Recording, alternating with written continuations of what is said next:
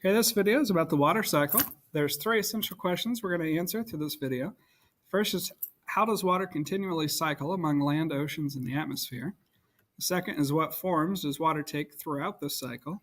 And the third is, how is the water cycle powered by the sun and gravity? So first, the water cycle is also known as the hydrologic cycle. It's a process by which water circulates between the Earth's oceans, atmosphere, and land. And involves evaporation, transpiration, condensation, precipitation, infiltration, and runoff. So the water from the oceans will evaporate or transpirate from the plants, and it'll go into the atmosphere, and then it'll condense, condensation, turn into clouds. Then it'll precipitate, it'll rain or snow or sleet or hail. And then that'll either run back off into the oceans or it'll infiltrate into the ground and become a part of our groundwater storage. As far as the water storage on Earth, oceans hold 96.5% of the Earth's water. It's like a super storage for the water cycle. The ocean water is the primary way that water gets into the water cycle. All of our oceans, seas, lakes, and rivers provide almost 90% of all of the water in our air, or all the moisture in our atmosphere, and that happens through evaporation. So at this point, you're going to want to take about 1 minute to write about what you already know about evaporation in your notebooks, and then answer question number 1 in the during video questions. I would use this diagram to answer that question. And now would be a good time to pause the video. All right, evaporation. This is a process by which water is changed from a liquid to a gas. It's the primary way that water moves from the liquid state back into the water cycle as water vapor. In other words, it goes from the ground or the oceans, any body of water, into the atmosphere. So here's a good picture of it. That's all this water down here in the ocean evaporates, goes in the atmosphere, and that is powered by the sun. So we'll see the heat energy from the sun is necessary for evaporation to occur. When the energy from the sun hits the liquid water, those molecules gain energy.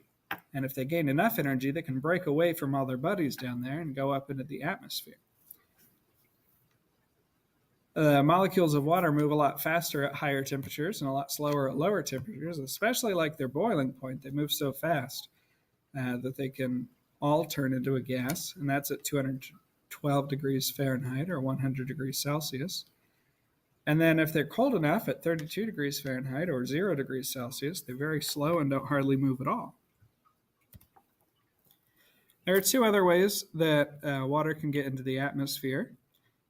We have sublimation, which is the process of snow and ice going directly from the solid snow and ice state to a gas state without hitting the liquid phase first.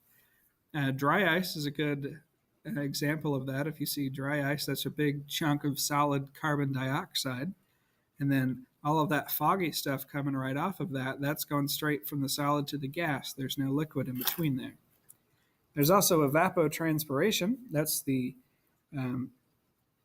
both the water that's in our ground, like the moisture in our soil and things like that can evaporate from the dirt.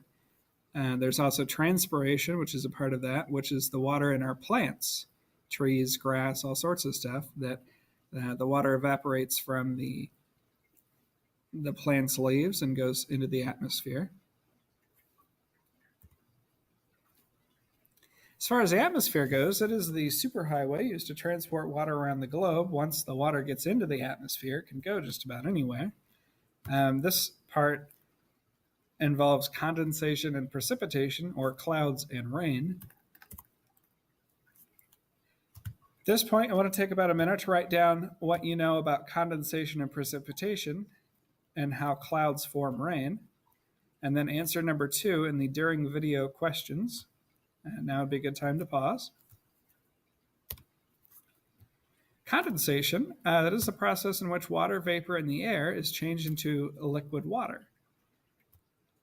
You may see it sometimes on a cold day when you come inside and it's real warm. The water in the warm air will stick to your glasses when you walk in.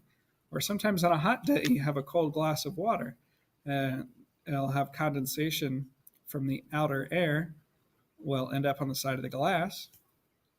Or if you're riding the bus in the morning, that happens a lot. So there's a loss of energy because it gets colder, and it allows the water molecules to come back together instead of being away from each other. And this is what forms the clouds and fog in our atmosphere. If you look at this chart here, I'll let you read that on your own, but you'll want to look at this and then answer number 3 in the during video questions. And you can pause the video here to do that.